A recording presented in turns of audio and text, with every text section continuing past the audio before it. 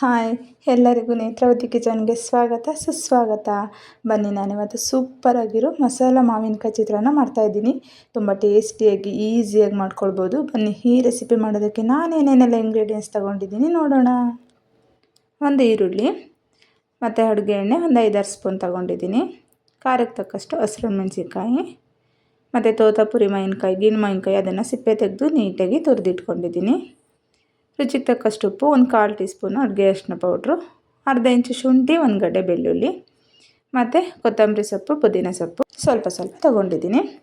1 spoon ಕಡಲೆಬೇಳೆ, ಒಂದು ಅರ್ಧ ಟೀ ಸ್ಪೂನ್ ಜೀರಿಗೆ, ಒಂದು 1/4 ಟೀ ಸ್ಪೂನ್ ಸಾಸಿವೆ ಮತ್ತು ಕರಿಬೇವಿನ ಸೊಪ್ಪು, 1 ಬೌಲ್ ಆಗೋಷ್ಟು ರೈಸ್ ತೊಗೊಂಡಿದ್ದೀನಿ. ಇವಾಗ ಮಸಾಲೆ ರುಬ್ಕೊಳ್ಳೋಕ್ಕೆ ಒಂದು ಈರುಳ್ಳಿ, ಖಾರಕ್ಕೆ ತಕ್ಕಷ್ಟು ಹಸಿರು ಮೆಣಸಿನ್ಕಾಯಿ ಮತ್ತು ಒಂದು ಅರ್ಧ ಇಂಚು ಶುಂಠಿ, ಒಂದು ಗಡ್ಡೆ ಬೆಳ್ಳುಳ್ಳಿ ಸೇರಿಸ್ಕೊಳ್ತಾ ಇದ್ದೀನಿ.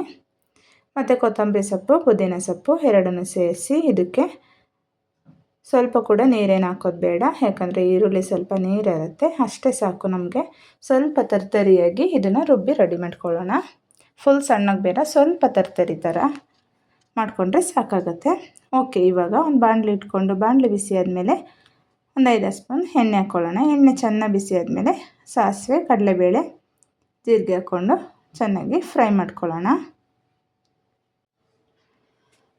ಚಟಪಟ ಅಂತ 5 ನಿಮಿಷದಲ್ಲಿ ಬೆಳಗಿನ ಟಿಫನ್ಗೆ ರೆಡಿ ಮಾಡ್ಕೊಳ್ಬೋದು. ತುಂಬ ಟೇಸ್ಟಿಯಾಗಿರುತ್ತೆ. ಇವಾಗ ಕರಿಬೇವಿನ ಸೊಪ್ಪು ಹಾಕ್ಕೊಂಡು ಫ್ರೈ ಮಾಡ್ಕೊಳ್ಳೋಣ. ಇವಾಗ ಇದಕ್ಕೆ ಒಂದು 1/4 ಟೀ ಸ್ಪೂನ್ ಆಗೋಷ್ಟು ಅಡುಗೆ ಅರಿಶಿನ ಪೌಡ್ರ್ ಹಾಕ್ಕೊಂಡು ಚೆನ್ನಾಗಿ ಮಿಕ್ಸ್ ಮಾಡಿಕೊಂಡು ನಾವು ರುಬ್ಬಿ ರೆಡಿ ಮಾಡ್ಕೊಂಡಿದ್ವಲ್ಲ ಆ ಮಸಾಲೆನ ಇದಕ್ಕೆ ಸೇರಿಸ್ಕೊಳ್ಳೋಣ. ನೋಡಿ, ಇಷ್ಟು ತರಿಯಾಗಿದ್ದರೆ ಸಾಕು, ಫುಲ್ ತರಿ ಬೇಡ. ಒಂದು ಮುಕ್ಕಾಲಷ್ಟು ನಾವು ಮಿಕ್ಸಿಲಿ ಆಡಿಸ್ಕೊಂಡು ರೆಡಿ ಮಾಡ್ಕೊಳ್ಬೇಕು. ತುಂಬ ಚೆನ್ನಾಗಿರುತ್ತೆ. ಇದನ್ನು ಒಂದು 2 ನಿಮಿಷ ಚೆನ್ನಾಗಿ ಫ್ರೈ ಮಾಡ್ಕೊಳ್ಳೋಣ. ರುಚಿಗೆ ತಕ್ಕಷ್ಟು ಉಪ್ಪು ಹಾಕ್ಕೊಳ್ತಾ ಇದ್ದೀನಿ, ಯಾಕಂದರೆ ರೈಸಿಗೆ ಹಾಕಿದ್ದೀನಿ. ಮಸಾಲೆಗೆ ಎಷ್ಟು ಬೇಕೋ ಅಷ್ಟು ಮಾತ್ರ ಉಪ್ಪು ಸೇರಿಸ್ಕೊಳ್ತಾ ಇದ್ದೀನಿ.